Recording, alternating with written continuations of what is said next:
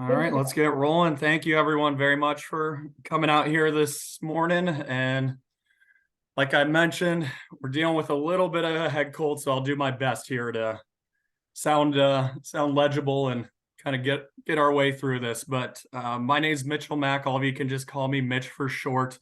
I'm the local business development manager for Colette. So I'll be steering the ship here this afternoon. I've been with the company a little over 8 years now. Love to travel. I have a passion for it. In fact, over my time with Colette, I've had the opportunity to visit 34 different countries. So as reps, we can say we know because we go. We can go and actually experience these destinations, be able to come back and talk about them with a little bit more professionalism. For some reason, the slideshow is now just not refusing to. Danielle, what slide can you see right now? Can you see just the Colette? Yes, just a Colette. It's the second that you started recording, something happened, and I've got no control over my slides right now. Let me try something real quick. Sorry about that. There you go. All right, there we go. So out of those 34 countries, everyone always asks, Mitch, what's the favorite? If you had to really pick one, and honest to God, it would be Italy. I've been 3 times. There's a reason for it. It's a country that truly offers a little bit of something for everyone. And I absolutely love this itinerary. It's so leisurely paced. You're down for 5 nights in the Amalfi Coast, and it's going at a good time of the year, especially when it comes to visiting Amalfi. So I'll do my best to try and see. The picture is a little bit small, but show of hands, who in here, has anyone been on a Colette tour before? Okay, so we have a few people. For those of you that aren't familiar with us, maybe there's some Wheel of Fortune watchers in the room that have seen Colette giving away some of the grand prizes on Wheel of Fortune. It's usually where folks have heard of the Colette name from. For those of you that haven't had a chance to experience the product, we've been around 106 years now. So we kind of have an understanding of, hey, these are bucket list trips for folks. Our travelers tend to be a little bit more culturally curious. They want a little bit higher quality when it comes to the hotel experiences. So no Motel 6s or anything like that. We put all of our guests up in 4-star accommodations or better. Quality is very important, but I think just as important when it comes to quality is the location. So when we're staying in Rome, we're in a fantastic city center hotel, right where you want to be within walking distance of the major shops, restaurants, sites, you name it. And then down in the Amalfi Coast, our hotel that we use is literally right on the coastline overlooking the water. It's an iconic setting. So you're not out in the boondocks. You're not spending extra money getting in and out of the places that you want to be. So you're making better use of your time in the destination. When it comes to the kind of product that we offer, it's a guided tour. So I like to think of it as thoughtless travel, because when we get up in the morning, our guests don't have to think about, all right, what exactly are we going to see today? What are we going to do? How exactly are we going to get there? It is truly, you just wake up, no frills travel. What time do I need to be and where? And it's a good combination of, yes, structure. So you've got that touring and sightseeing. You've got the essentials, the must-sees in the area. But then you've got enough time to really just get away from the group, kind of do your own thing for a little bit and make the trip exactly what you want it to be. And it's so nice because you've got a professional tour manager who's with you every step of the way, who's helping to bring the destination to life. You've got fantastic local guides that are there just to provide a little bit of a different perspective. All of your motor coach transportation is taken care of, hotel to hotel baggage handling, dinners, meals outside of the hotel into some of these local places, these family-owned places where you can develop a true appreciation for the culinary scene. So especially if you haven't been to the country before, it's such a fantastic way to experience a destination. You come back and you feel like you have a greater appreciation for the country, and you feel like, your dollar went a lot further than if you were trying to piece and put together everything yourself. So for the sake of time, I'll stop rambling on about Colette, the kind of experience that we provide. I want everyone to have a chance to see this amazing destination. Maybe show of hands, has anyone in here been to Italy before? No, ooh, I love it. All right. So let's get right into it then. This is going to be our Rome and Amalfi Coast itinerary traveling October 15th through the 20th. So Italy is very much a warm weather destination. This is essentially not the start of their fall, I'd say a couple of weeks into their fall. I try and direct my guests to, travel a little bit later. We call it the shoulder season, just because if you go to Rome, especially in the heart of the summer, one, it's going to be overly hot, and two, the crowds are just, in my opinion, almost unbearable. So if I have a choice in the matter, I love traveling during the shoulder season, mid-October, perfect time of the year. You got to think you're on a guided tour, so you don't want it overly hot. So on average, you're going to be looking at, low mid 60s during the day, a little bit chillier in the mornings and in the evenings, but as the days go on, it starts to warm up a little bit. So quick look at the tour at a glance. I'm not going to go too much into detail here. I just want everyone to understand how our maps read. Anywhere that you see a black circle with a number in it, that's the number of nights that you're going to be overnighting. Anywhere that you see a gray circle, those are the different day trips that you're going to be making. So not a lot of hotel hopping on this tour. You do 3 nights in Rome, and then you make your way down. You make a stop at Monte Cassino. You do 5 nights in the Amalfi Coast. So it's not the cruise concept per se where you unpack once, but there's just 2 different hotels. So it's very, very leisurely. Not a ton of time on the motor coach, which our guests tend to very much appreciate. But any trip to Italy, especially for a first timer, you got to experience Rome, in my opinion. It's the eternal city. When it comes to history, you're looking at over 3,000 years of history, of art, of culture, fantastic culinary scene, all on display in one city. So when we fly in, there's nothing on the first day. It's considered to be a travel day. Typically, when you're going over the pond, you're getting in the early morning or afternoon. You've got that first day at leisure up until the welcome dinner. It's going to be our first event together as a group. So we get you outside of the hotel into a local restaurant, and the meals, especially with the welcome dinner and the farewell dinner, first glass of beer or wine is always included. In Italy, sometimes the wine flows a little bit freer than the water, so to speak. So it could be first bottle of wine is included, or on some nights, the restaurants are feeling generous and it's never-ending wine is included with dinner. So we always like to keep our fingers crossed for those nights. But welcome dinner, great way to get the trip started off on a good note before we embark on what we call a classical tour of Rome. So it's going to be a combination of panoramic touring and sightseeing on the motor coach, because there's so many different sites throughout the city. We want to try and at least hit the high level sites, the things that, hey, if this is the first timer, these are the things that I want to do. So we do the Baths of Caracalla. We have a chance to visit the legendary Aventine and also Palatine Hills. We see ancient Circus Maximus, the Arch of Constantine.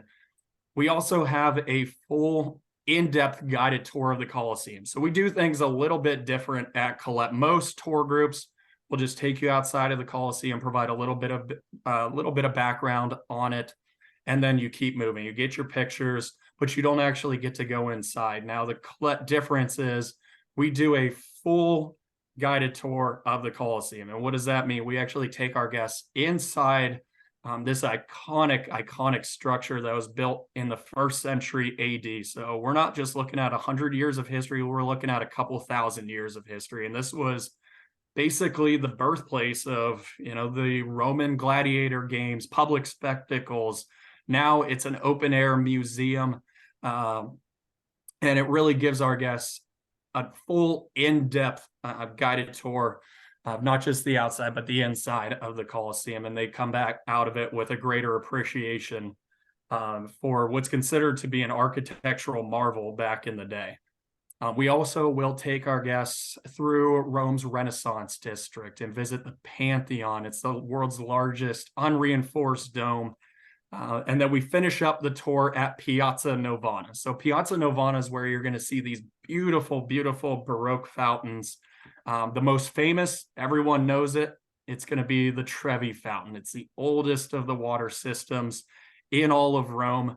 And of course, the legend says if you toss a coin over your shoulder into the fountain, it guarantees a return trip to Rome. So don't want to forget doing that when you visit the Piazza Novana, have a chance to see the Trevi Fountain. And then the rest of the later afternoon is going to be yours at leisure, just to do as you please. Your tour manager is there to point you in the right direction.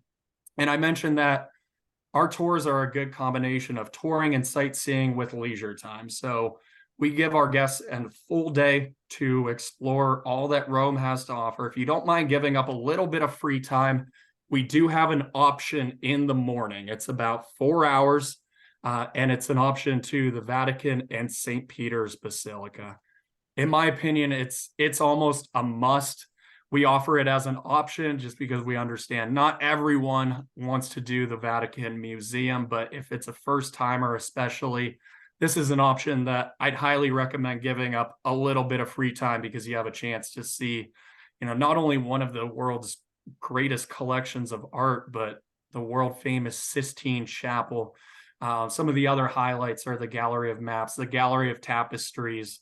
I will say with the option, it just needs to be booked 90 days prior to departure. So if you are a little bit unsure, you're on the edge, you have up until 3 months prior to departure to actually book the Vatican option. But it's a full, we almost call it, VIP, because we have fast passes, so to speak. So no waiting in line to get tickets, no waiting in a separate line. We just show up when it's our time to get in, and boom, away we go, and we skip the crowd. So we'll see the chapel's famous ceiling frescoes, some of Michelangelo's absolute masterpieces that took him 4 years to complete, his brilliant Last Judgment, which rests on the altar wall.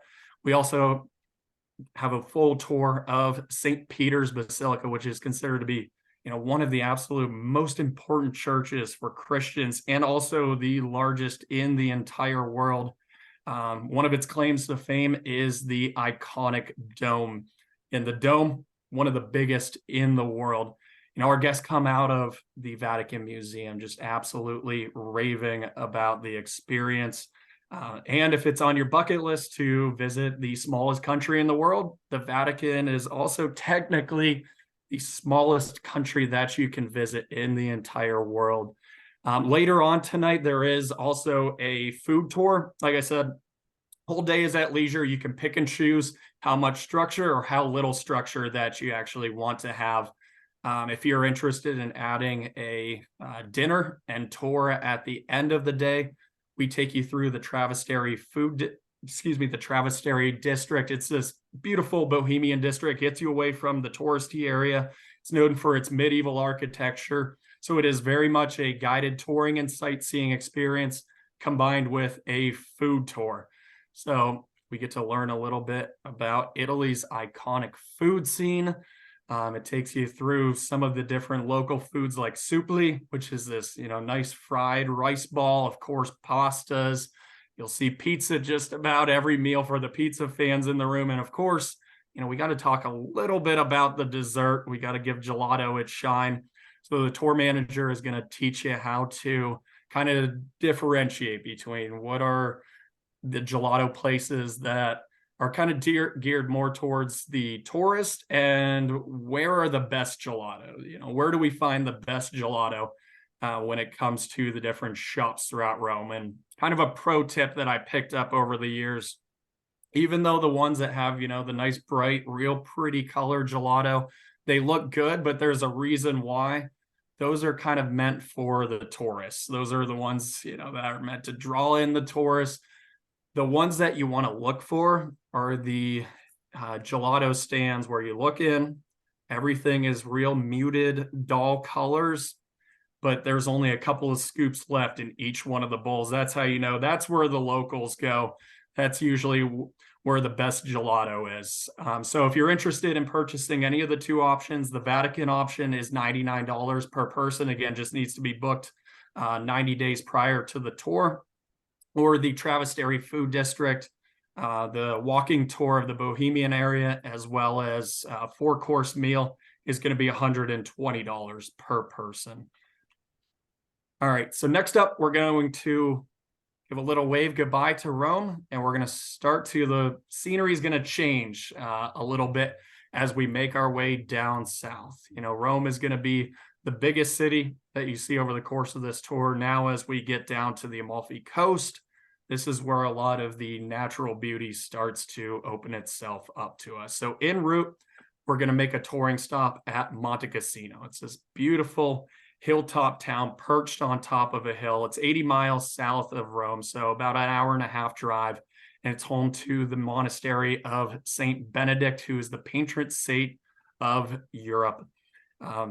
The monastery, over the years, unfortunately, it's had a little bit of a troubled history. It's suffered, repeated attacks over the years. It's been pillaged, suffered natural disasters, but it's resilient and it still stands to this day. And if you kind of look closely through the archways at the back of the photo, you can get an idea of what the surrounding area looks like. It gives you some of the best panoramic views of the area. And then we also, of course, do a full guided tour of the inside of the monastery of Monte Cassino. In the afternoon, we settle into the Amalfi Coast, and this is basically what we're going to be waking up to the next 5 days of our journey. Now, I mentioned we like to stay in very reputable, very high quality properties. So this afternoon, we have to check into our little shack that we're going to be using for this tour. It's a fixer-upper. Don't worry, next October, it's going to look a little bit something like this. This is the Hotel Reto. Now, typically we use 4-star hotels, we say, or better. This is absolutely one of those hotels that would fall under the or better category, because this is it's rated a 5-star hotel. It's built right on the cliffs overlooking the water. I mean, this is where you want to be staying when it comes to doing the Amalfi Coast. Here's that miserable pool area, the dining area that overlooks the water.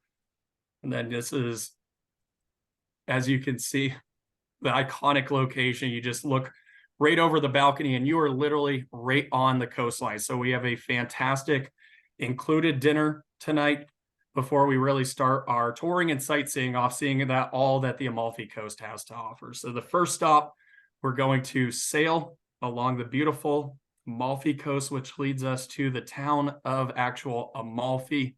And it's this smaller little coastal town, but it's full of these amazing historic landmarks. It's got this beautiful black and white marble cathedral.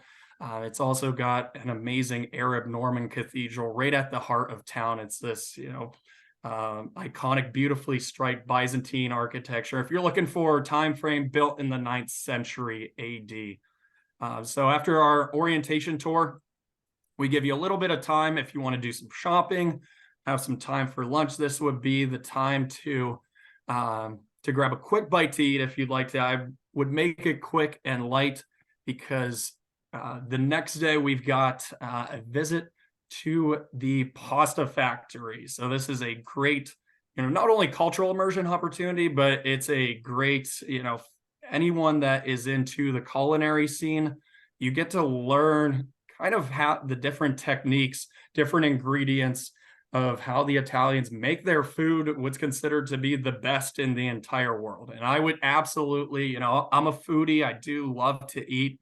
Now I put pizza up there with my favorites. And last time I was there, it was really awesome when we visited, the pasta factory, because they not only, took us through the ins and outs of some of the different ingredients, some of the different, style noodles, what goes well with what wines you want to pair with what sauces.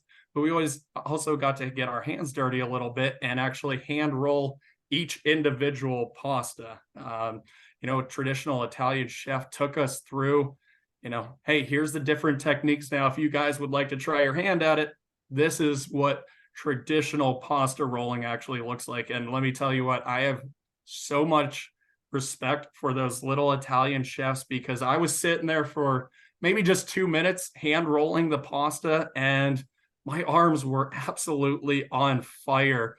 And then I see them just, turning out noodles like it's nothing. So it made me develop a true appreciation for the not just the culinary scene, but the techniques, the traditional techniques that they actually use to hand roll their pasta. So next up, we're going to be touring the charming resort town of Sorrento. So Sorrento is known for a couple of different things. They're beautiful pastel colored houses, almost reminds me of Cinque Terre in a way. If there's any seafood fans in the room, fantastic seafood. But Sorrento is also very well known for their lemons, more specifically, their lemon traditional gelato. So this is a chance to have some of the best lemon gelato that you'll ever have. And don't worry, anyone that, is going there on a diet, there's no sugary, there's no calories, there's no carbs in any of it. So try a little bit of everything. Before this afternoon, we make our way to a local farm. Again, a great cultural immersion opportunity. For the cheese fans, we have a chance to see how exactly mozzarella cheese is still made by hand. We get a taste of the product as we include a farm to table dinner for everyone in the group. And then after dinner, everything is capped off with some amazing limoncello. So if you've had limoncello before or looking for some of the best limoncello, it's found right here in Sorrento. It's almost considered to be the birthplace of it. So a fantastic culinary experience before we just give you a day at leisure to just kick back on the Amalfi Coast. This is your time to sleep in if you'd like. If you are just looking for things to do around the resort, the tour manager will be on hand to point you in the right direction, as will the hotel staff and concierge. Maybe you just want to veg out. Maybe you want to do some last minute shopping.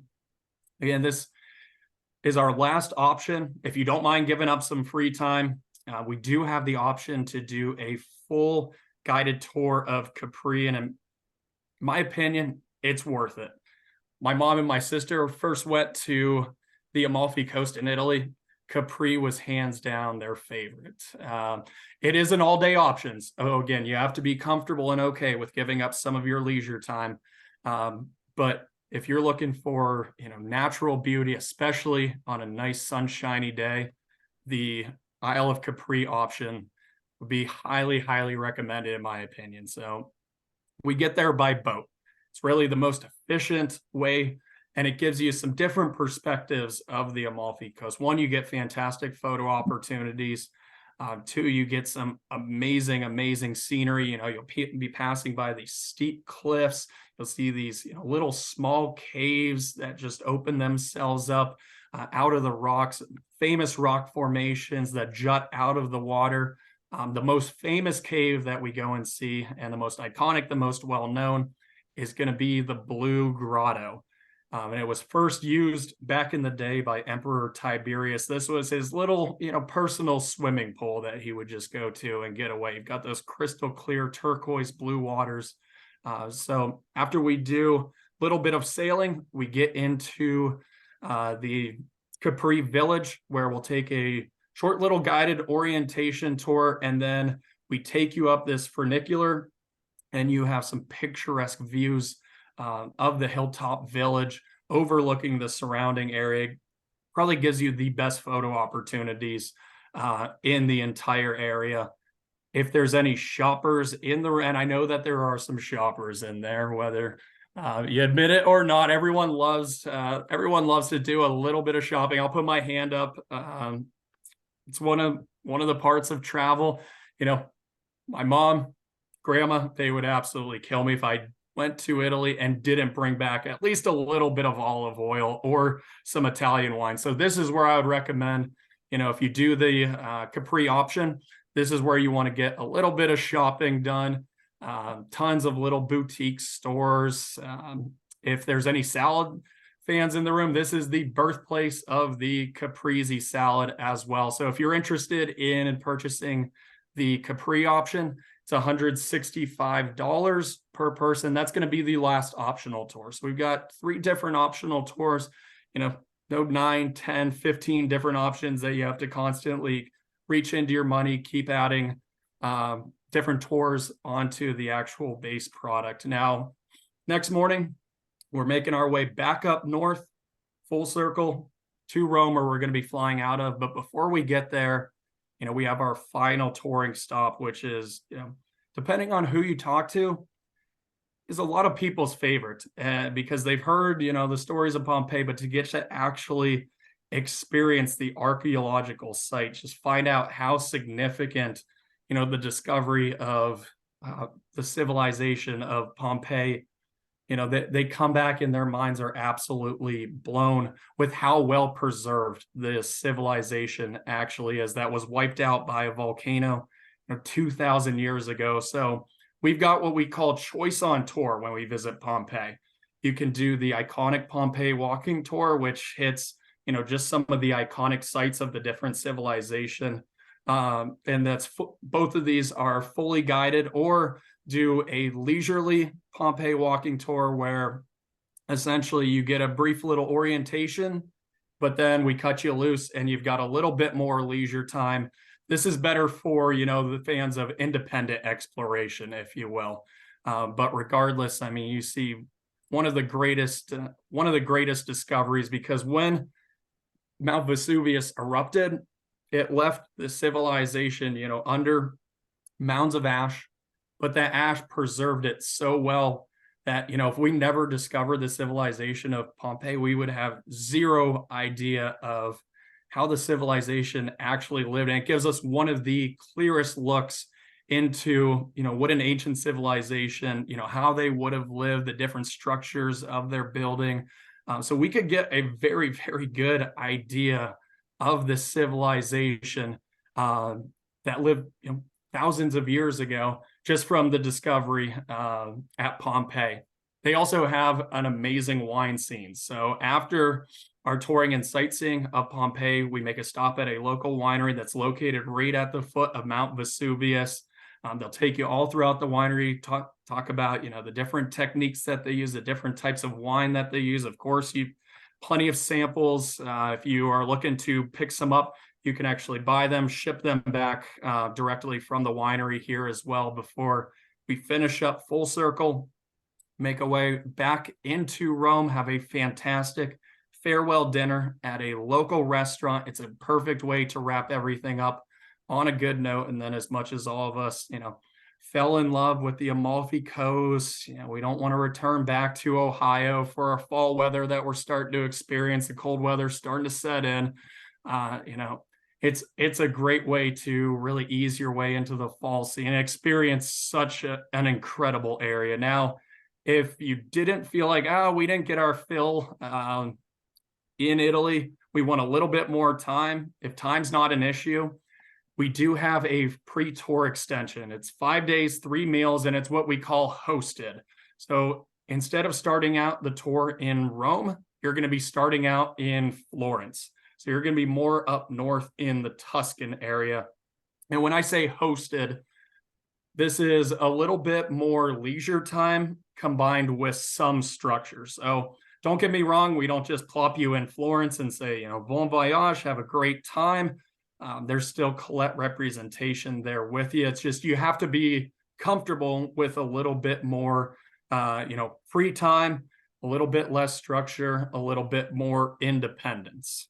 So it's 3 nights where the 5 days comes from. This is going to be your travel day. So there's 2 different travel days, 3 actual nights in the destination. But honestly, if time is not an issue, Florence, if I had to pick a favorite city when it comes to Italy, which is very, very, very hard to do, I think Florence is my absolute favorite. I mean, this is a city that truly it offers something for everyone. Food is amazing, architecture. They've got some of the most iconic churches in the world, some of the most iconic museums and art scene with the Academy Gallery, the Uffizi Gallery. The night scene is amazing. And the location of the hotel that we stay in is perfect. It's right smack dab in the heart of the city. So some of the different sightseeing that we include: 1, an orientation tour of the city. One of the big highlights is the Cathedral Santa Maria del Fiore, or the Duomo, which is kind of the crown jewel. It's the massive church that you can see from miles and miles away. It was probably my first time that I ever actually had my breath taken away. No pun intended with how the breath feels this morning. I was walking through the leather market, and then all of a sudden, the main city center square just opens up, and there's this huge, massive cathedral that just reveals itself to you. And, it is hard to put in words, but the first time that I saw it, my mouth was just dropped to the floor. It was unbelievable. I mean, the dome that you see on the right-hand side there, it took them 17 years alone just to build the dome. So, of course, guided tour of the Duomo. We'll have a chance to see the gilded bronze doors of the baptistry adjacent, which is dedicated to St. John. The tour also takes you to the Ponte Vecchio Bridge, which is the most iconic bridge in the area. This is where all the action happens. This is where you'll see a lot of the street vendors. And then the tour finishes up taking you through the leather market. So if you're in the market for any sort of leather goods, whether it be, souvenir to bring back for family, pick something up for yourselves, this is where I would recommend picking it up, because this is what, Florence is most well known for. If I was to put my finger on anything when it comes to, the shopping, they produce some of the highest quality handmade leather goods, anything from belts, wallets, handbags, purses, jackets, you name it. This would be the place to pick it up. So rest of the day is at leisure. The next morning, we explore Florence's Bohemian district during a guided walking tour of the city's left bank. So it gets you out of the touristy area a little bit and gets you into the Altrano district, which is known for world-class art, great shopping, unique workshops, and in my opinion, it's kind of what the Tuscan area is all about. You got the rolling hills, you've got the vineyards, you've got the villas that dot the landscape. Don't get me wrong, like I said, Florence is my absolute favorite, but I also love stopping at some of these smaller towns outside of the city where you can get a true appreciation for, what's considered to be a little bit more of a local area. Now, the pre-tour extension option is going to be $9.99 per person. That's land only. So we are flying into Florence. So anyone that's interested in signing up, I would recommend booking this extension sooner rather than later so that we can start working on a price on the airfare, because it's almost a, first come, first serve, price it out as we go. There's no preset pricing on the air for the option. So this is one that if you do want to do, I do recommend getting your deposit in sooner rather than later. Again, it's 5 days, 3 nights, $9.99 per person. Next morning, you take the train after you finish up your time in Florence, which again, they'll direct you on what you need to do, where you need to go, what time you need to be there. You're going to board the high-speed train, and that's going to take you into Rome, and that's when the base tour is actually starting. So I understand that the hardest part about travel is the actual physical act of traveling, and we understand that. So we try and make things as easy as possible, offering a hometown pickup where we actually come out to the center, pick everyone up at one location, and take you to and from the Detroit airport, so you don't have to worry about the hassle, the inconvenience, paying for airport parking, none of it. You just show up, and your vacation essentially starts from the moment that you leave Bowling Green until you get dropped off at the end of the tour. So I want everyone to know exactly, what the price is, what's included, what exactly is my money getting me at the end of the day. So the price for a double is $48.99. Single is $55.99.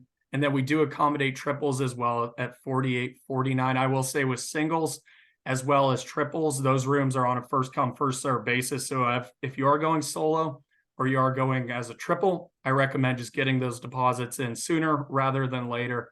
And that price includes your land. So hotels, meals, touring and sightseeing, all of your transportation, your tour manager, local step-on guides, motor coach driver, hotel to hotel, baggage handling, air and tax is included from Detroit in there as well. Tips for included meals. So anywhere you see a meal included in the itinerary, you do not have to worry about tipping.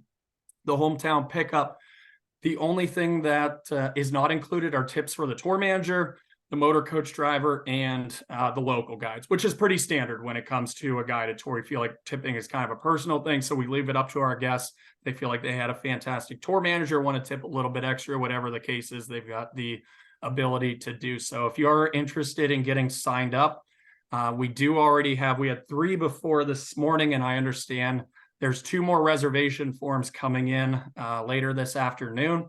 So we had 10 seats initially held for Bowling Green. So that would bring us down to 5 more seats available until we're at full capacity. Anything after that is going to be on a first come, first serve basis and would be put on a wait list. So if you are interested in getting signed up and haven't done so already, I do just recommend getting your deposit in, getting your insurance in if you're interested in purchasing the travel insurance, just to lock your spot in on tour. Nice part about that deposit, plus your travel insurance, is that it's fully refundable up until April 16th of next year. So if something happens between now and April 16th of next year, you can cancel off, get your not only deposit back, but your insurance money back as well. Once that April 16th date hits, that's when your travel insurance starts kicking in and actually working for you. And then final payment isn't due until August 16th, so 2 months prior to the tour.